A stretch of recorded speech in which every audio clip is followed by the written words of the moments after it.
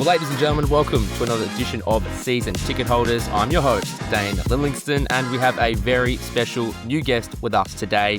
He's an NRL player who's played 106 first-grade games for the Canberra Raiders and currently with the Parramatta Eels. He's represented the Maori All-Stars and played rugby sevens for New Zealand, the Mona Vale product, winger, centre, outside back extraordinaire, perhaps best known to as the partner of Fox Sports' Sarah Caraglu, Bailey Simonsson. Welcome to the show, mate. How are you? I'm really good. Thank you. Thanks for having me on. I'm looking forward to it. And yes, you're probably correct, bro. Probably better known as Sarah's husband. So yeah, that's good. Good little intro. Mate, firstly, just new guests, mate. Tell us, I know we all know your footy career, but just tell us a little bit about who you are, where you're from, and why you love the great game of rugby league. Yeah, cool. So I was born in Sydney, like you touched on there. I was born at Mona Vale Hospital. Spent the younger years of my life growing up in Sydney. Moved around a fair bit. We moved to Canberra with the family, so I spent some years in Canberra, going to school there, playing footy there. And then obviously my dad being New Zealand Māori, spent some time living in New Zealand too and playing rugby over there, which was really enjoyable. But yeah, look, rugby league was always probably the love for me. I played it ever since I can remember. Just enjoyed the mateship you get out of footy. Just something I just really felt myself drawn to from a young age. My dad played footy. My brothers played footy. So it was just something I loved doing. And yeah, it's always been a big part of my life. Your dad have a bit of a North Sydney connection too, is that right? Yeah. So he originally played rugby union coming from New Zealand, particularly back when he was playing. Look, rugby union was the number one sport and didn't quite have the WAS takeover that we see today. So rugby union player, actually played a few games for All Blacks, which is really cool. And then later on in his career, moved over to North Sydney to sort of chase a rugby league dream. Unfortunately for him, a few injuries sort of cut that short and he didn't really get to play as many games as he would have hoped. But yeah, obviously had me and my brother and, trying to follow in his footsteps as we were growing up. That's where rugby and rugby league came into it for us. Just to clarify, mate, no calls from the Bears then? No family connection? You haven't heard any phone calls? Nah, no calls, bro. No calls from the Bears. I'm, pretty happy where I am. And mate, congratulations because you became a father this year with your daughter Milla. How's life just changed for you being a dad? Yeah, thank you, mate. Yeah, look, bit of a cliche, but it really has changed drastically. Like people always say, you don't really know a love till you have your own child, and that couldn't be any more true. Having Milla's given me a whole new perspective on life and footy. I guess your days don't seem so bad if you have a loss or a bad day at training and you get to come home to a little smile. And for Sarah and I, it's just been just the biggest blessing. And we just love being parents, and we love the journey we're on at the moment. Oh, congratulations, mate. Obviously, I work with Sarah. That's how we got connected as well. And beautiful little girl you have there, mate. So congratulations. Thank you, bro. Mate, and just you yourself too. I mean, how's everything going? We haven't seen you now. Round 5, that ankle injury, mate. What, dislocation, fracture? How's the recovery, mate? And when are you hoping to get back on the field? Yeah, obviously it was the Easter Monday game. Pretty nasty injury, wasn't it? I went up for a high ball, pretty routine play as a winger, chasing a kick and just sort of tackled in the air, we can say, tackled in the air. Unfortunately, whether he meant it or not, it happened. And look, came down pretty nasty on my ankle. Broke the fibula, fractured my ankle, dislocated my ankle, ruptured my syndesmosis. So did the whole lot. Pretty nasty injury. Straight in for surgery. We're sort of just about 8 weeks down the track now, and things are tracking pretty well. So I'm back walking around, back in the club, starting to do my rehab, which has been good. Gives me sort of bit of routine in my life again, and sort of something to aim for too, which is exciting for me, is sort of being told by the surgeons that there's a possibility I can play towards the back end of the year. So fortunately for me, didn't break the tibia, which is the big weight-bearing bone. It was just the fibula. So it gives me a bit more of an opportunity to come back sooner. All things going to plan and going well. I'm hoping to be on the field sort of around 20 to 23. So gives me a bit of a light at the end of the tunnel, as I said, and looking forward to hopefully pushing on my rehab and getting back out with the boys. It's pretty frustrating sort of where we are at the moment on the ladder, and just as a season, we've had a lot of injuries. So hoping to get back out there and sort of play my part. That's Yeah, huge too, mate, because I think the initial stuff coming out was that potentially that was season over, right? So that must be a big boost to hear that you could potentially get back out there. 100%, bro. And like, to be honest, when I first did the injury without having any context around what actually happened and what the prognosis was, I was definitely thinking that it would be season two. Just my instant reaction, just from sort of how severe I guess it looked. But sometimes, after speaking to the docs and that, the bones actually heal faster than the ligament injuries. So that's why you see those ACL injuries take quite a while. But like I said, luckily for me, probably looked really gruesome, and it definitely felt painful and gruesome. But yeah, as I said, there's a hope that I can play again this year. So yeah, I'll be definitely working hard to try to get back out there. That's great news, mate. Is that like the worst you've done? Do you feel like, I mean, it's a long list when you just hear of it and you Yeah, don't know much about it. That yeah, sounds like a lot of stuff. yeah, bro. The like pain wise, definitely it was off the charts, the pain of it, and then just what's the word? Like, just very confronting sort of injury. Like looking down and your foot's facing the other way, like that. Mentally, it's pretty confronting. Hey, so yeah, definitely sort of a bit of a mental barrier too. I think to come back from this one is just having that confidence, I guess, too, to just get up in the air and compete on kicks. Whereas previously, it's something you don't even think about, and then I guess now having gone through that injury and I don't want to say PTSD, but there's definitely a sense of, trying to overcome that mentally, which is all part of the process of, this rehab too, and just getting reps and stuff back in once I can do that is probably going to be a big part of it as well.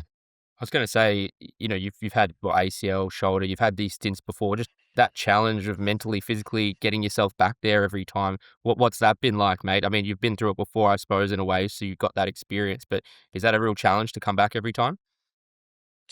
Yeah, it's funny. I was having this conversation with someone the other day, and I think as you get a bit older and go throughout your career, your outlook on injuries and setbacks sort of begins to change. I mean, when I was younger, you can have a bit of a narrow mind to it and a bit of immature approach to it, and sort of feel sorry for yourself and sit down in the dumps about it. As I've gotten older and gone through sort of more injuries and learn about how to deal with them better, it's about taking it for what it is. You have a couple of days where you might feel sorry for yourself and mope around, but pretty quickly you got to get back on track and look forward and look towards what's next. And I mean, we touched on my daughter before, and having her, it's an inspiration and a big part of why I want to get back and show her that when you get knocked down, not that she'll remember or realize now, but it's something down the track that hopefully she can look back on and see that throughout her dad's career when he faced adversity or he got knocked down, that he got back up and he didn't give up and sort of pushed on through. So that's a big driver for me. But also just at the end of the day, bro, it's like comes down to just love for the game. Like you love playing rugby league, and for as long as I can still play it, I'm going to keep fighting to get back and playing it. So, for me, it's challenging for sure. Doesn't make it any easier, but I think you just get better at dealing with it. So, yeah, I've definitely learned a lot.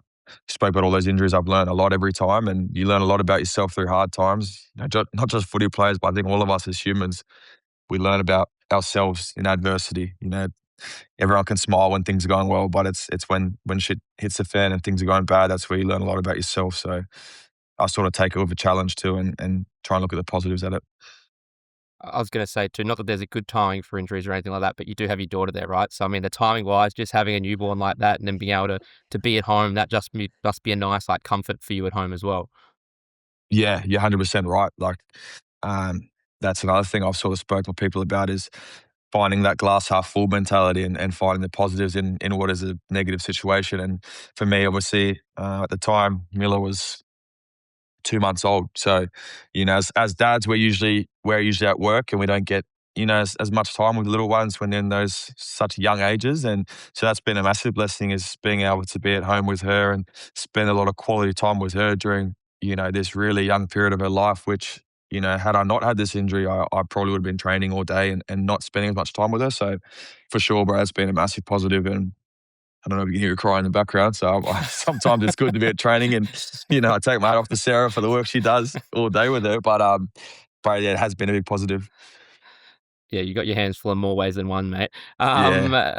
But I just wanted to ask you as well, mate. Last year, there was a bit of noise around you not being happy and that type of thing, Mm. potentially requesting a release. That all got sorted in the end. But just what was that period like for you? And was there a real fear or belief that you might have to end up going somewhere else? Yeah, definitely. There was definitely a thought of I had played my last game for Para. I've spoke about this situation before, and it was pretty much my own doing. We speak about uh, injuries and adversity and handling them. And I went through an injury last year. I broke my foot and different adversity off the field and different things that I probably didn't handle well. And fortunately enough for me, I was able to sort of sit down with Risey and the coaches and the club and I guess apologise for how I handled things. And ultimately, I wanted to stay in Parramatta.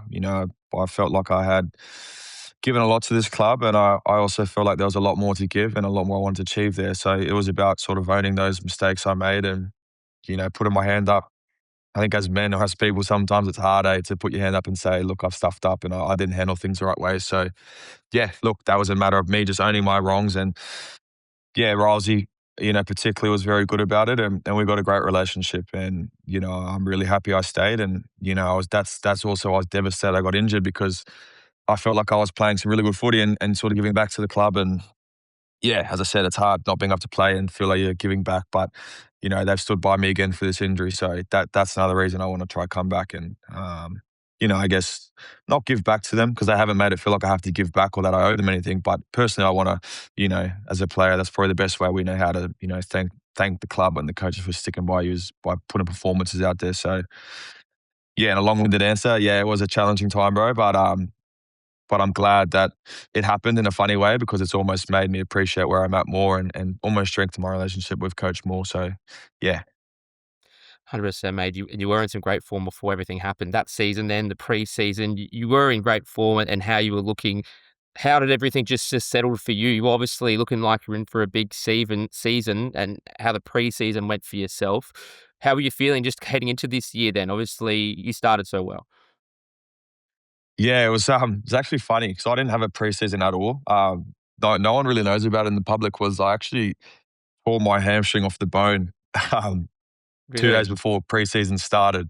So I had a 14-week recovery from a hammy injury. I literally didn't have one preseason session. I had my first week training was the week before the Cronulla trial. So I had no preseason. It was funny when I started the year and was sort of saying, "Oh, you're going really well. You must have a big preseason." And it's funny, I didn't have preseason at all. But what I did do was a lot of work in the gym and a lot of work on the rest of my body. So I still worked hard, but I didn't actually get that preseason. And that was another frustrating thing because obviously the drama I'd sort of had the year before, with the club, I wanted to come in really fit and have a really big preseason. And then that was taken. So yeah, like we talked about adversity, there was just another layer to it. And it was frustrating. But yeah, as you said, definitely started the year well and was excited. But sometimes the universe has other plans. And look, it didn't work out that I could play the majority of the season, but still trying to contribute as best I can. And as I said, working to get back.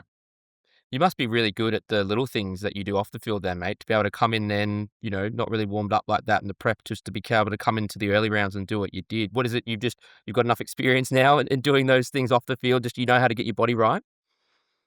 Yeah, I think probably just at a point in my career where, like you said, I've probably been around for a few years now where I know where I need to get my body at. Um, so I was able to do that through other ways, like off feet conditioning, not necessarily running.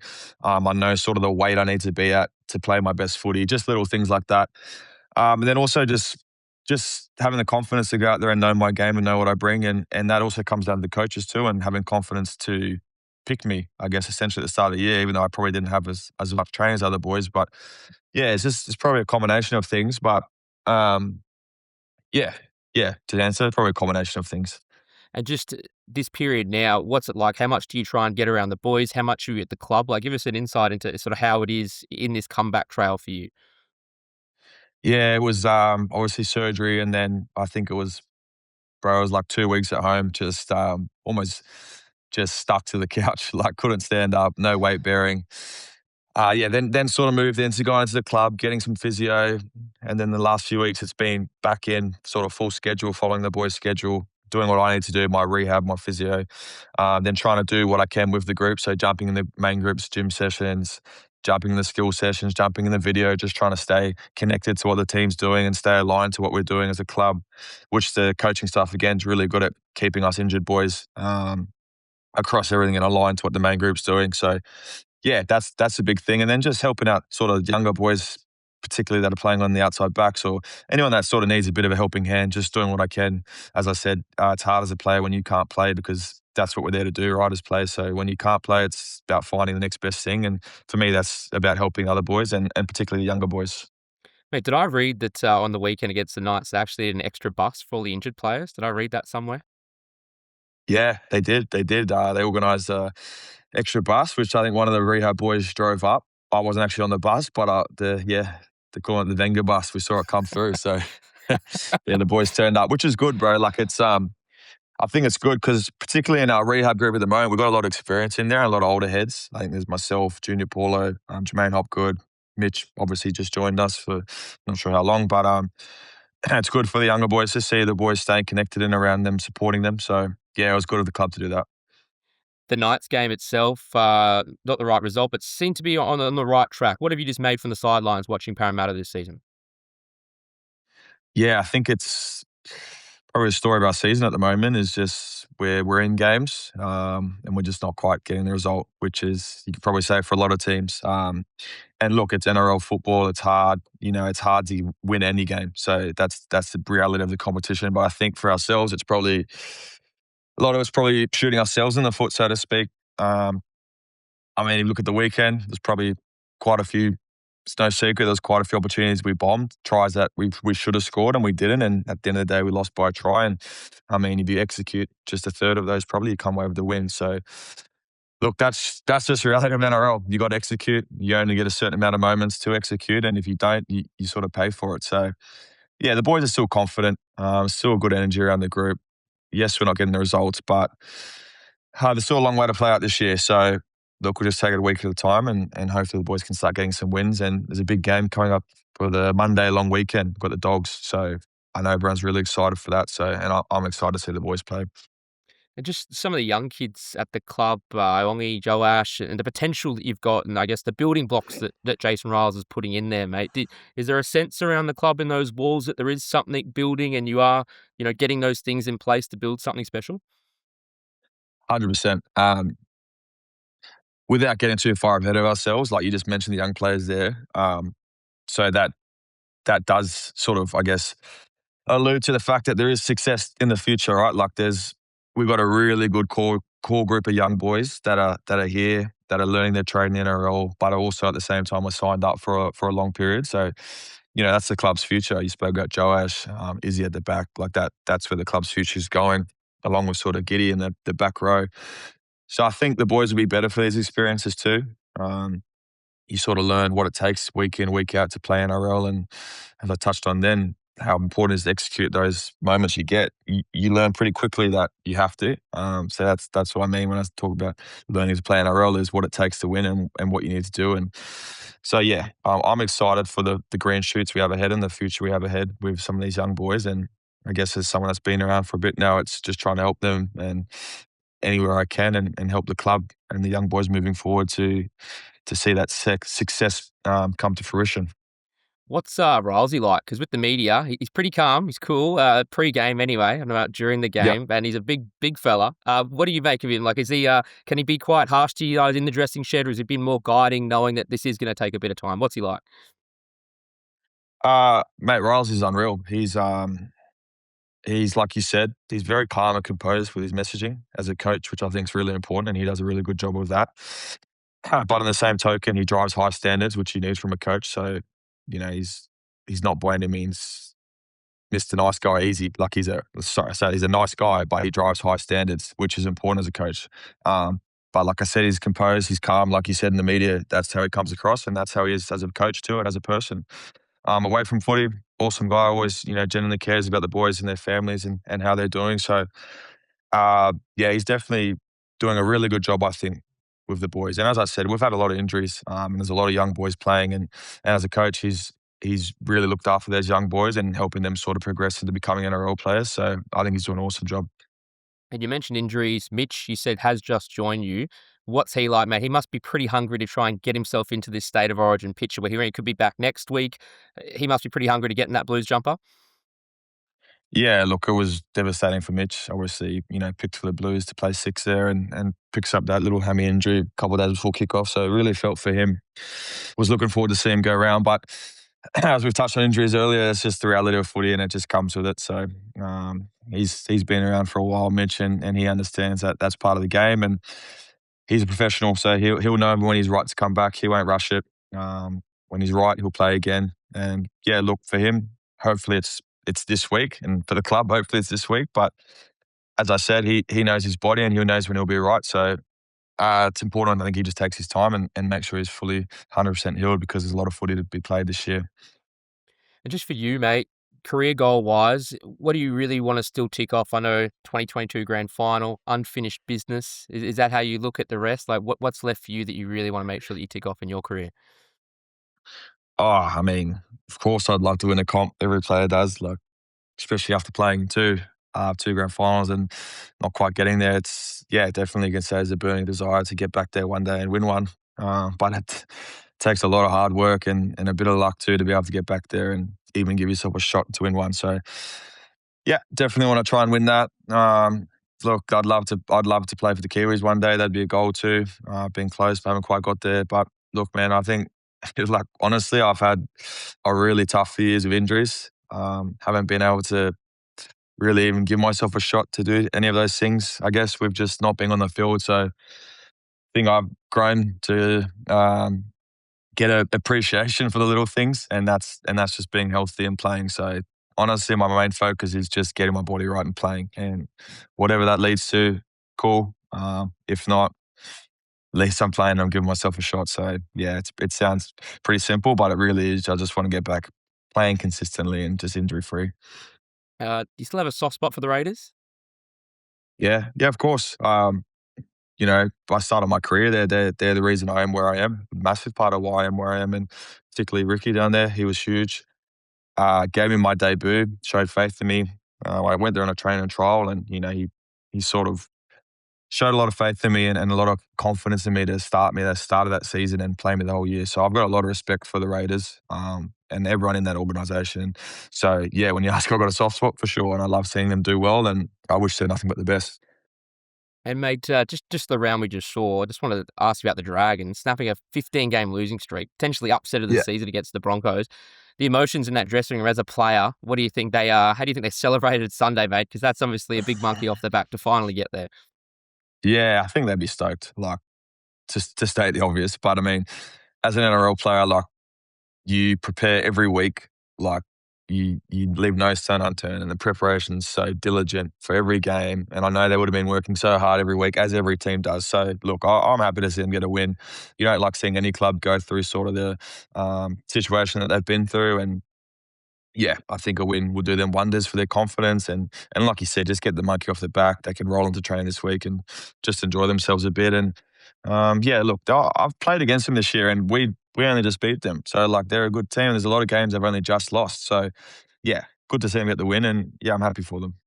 Well, I'm a Broncos fan, mate, so I'm not that happy, but good on him. Yeah, That was a tough one to watch. yeah, Hey, Bailey, I just had some fan questions for you, mate. I just wanted to roll into that. And before I get there, yeah, just bro. brought to you by our sponsor, National Freight Management. They deal with everything from cartons through to pallets nationwide. You can find more information on nationalfreightmanagement.com.au. Bailey, fan questions. I just want to hit you this one from me, mate. Do you think Kalen Ponga's send off on Origin was correct? To put it bluntly, no, no, I don't. I think it was head on head. I think he came across, and those decisions and those incidents happened in a split second. So it's very hard to get it right. I think in a game like Origin, we want to see 13 on 13. We want to see the best players out there. I don't think it was anything from him to shoulder him in the head. I don't think he did shoulder him there. As I said, I think it was head on head. I think we saw he had a cut on his side of his head. So it's pretty obvious to me that it was a head clash. But look, as I'm saying that, it happened in a split decision. The referees also have a big job to do. And it's not an easy job. So I don't begrudge.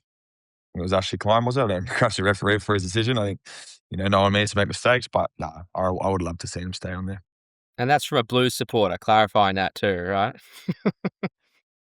Yeah, yeah. I mean, yeah. I just think there was no malice in it. Yeah. Yeah. Mate, from Lewis, he wanted to ask, in the age of social media, do players see when fans make negative comments about them? Yeah, I mean, you'd be lying if you said you don't see comments or messages, like it pops up on your phone if someone messages you. But it's how you take it. It's something you learn, as I said, with experience. When I was younger, first starting out, you probably pay more attention to things like that. And then as you get older, genuinely right now, if someone commented something about me, I would just laugh at it. Like, I couldn't care less because um, it is what it is. You got to take it with a grain of salt. People are always going to have their opinions. At the end of the day, as a player, it's your job to focus on what you can control. And that's your preparation, that's your playing, that's making your coaches happy and your teammates happy. And as long as people in your four walls are happy, that's all that really matters. 100%, mate. From Gerard, he wanted to ask, what was the biggest difference in being in a rugby setup? We mentioned the sevens background before, in training and managing teams, meetings and that type of thing, as opposed to like an NRL setup. Yeah, look, very similar. I think in terms of your day-to-day sort of scheduling was usually start the mornings with I guess your meetings and your prep for the day, and then you move into a field session, a gym session, some physio treatment, etc. So very similar in that sense. Obviously, different codes, different meetings, completely different topics of discussion, but very similar. I had a great time in the setups that I was involved in New Zealand rugby, and yeah, they were very professional. So both very similar. And also team dynamics when it comes to changing coaches. You're obviously there for Brad Arthur and Jason Riles. How does changing the coach change the dynamic of a team? Yeah, it does change in the sense of I think the coach sets the standard, coach sets the culture they want.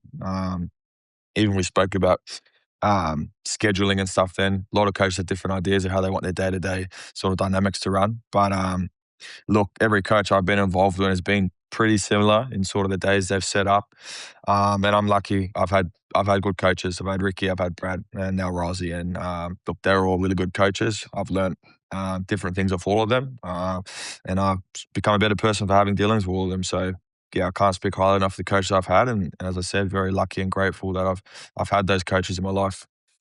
And finally, mate, a text message says, "Hey Bailey, long time fan, first time texter, Liam at Para, forever." He said he saw a golf club of yours get stuck in a tree at Northbridge. How was your golf game? And he was wondering if you got it back.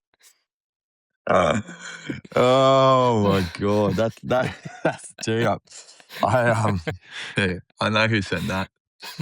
I know who sent that. I was having a bad day after tee walks and hit one, took a mulligan, then hit that one in the bush again, and then I've just launched my driver, like meant to just throw it, and then it's gone in the air and got stuck like right at the top of a tree. So spent the next 20 minutes throwing all my other clubs out. I think I got another pitching wedge stuck in the tree. So it was a tough, bro. It was a tough afternoon. I didn't hit the greens for a while after that. I think that was actually my mate Liam Alexander that sent that question through because he was the only one with me. But he's a good kid, Liam Alexander. I give him free golf lessons all the time, so I'm sure he'll love to hear that. Wait, so did you get the clubs back, or are they still in a tree up there somewhere? No, I got him back. It's been a long time, but I got him back. It actually ruined my round. Like the round was delayed because it started getting dark, but I got it back, bro. I got it back. It's That's good. good. So you're working on your golf game as well. That's good to hear. That's something else you're doing. Yeah, it was, Yeah. bro. No, I've been working on it for a while. I can't say it's improved, but I've been working on it. Oh, well. Awesome, mate. Bailey, mate, it's been an absolute pleasure, mate. I wish you all the luck in the comeback from the injury. Love to see you back on the field because, like I said, you're in some great form, and it's great to watch you play. You've scored some great tries over the years. So I really appreciate you taking the time to come on Season Ticket Holders, mate. Nah, no worries, Dane. Thanks for having me, bro. Love what you're doing here, and look forward to lifting some more episodes. Thank you, bro. Appreciate it, Bailey. And thanks everyone for listening. If you give us a like and follow, 5 stars on Apple and Spotify, it'd be a big help. Thank you very much for listening, guys. Take care. We'll talk to you soon. Bye-bye.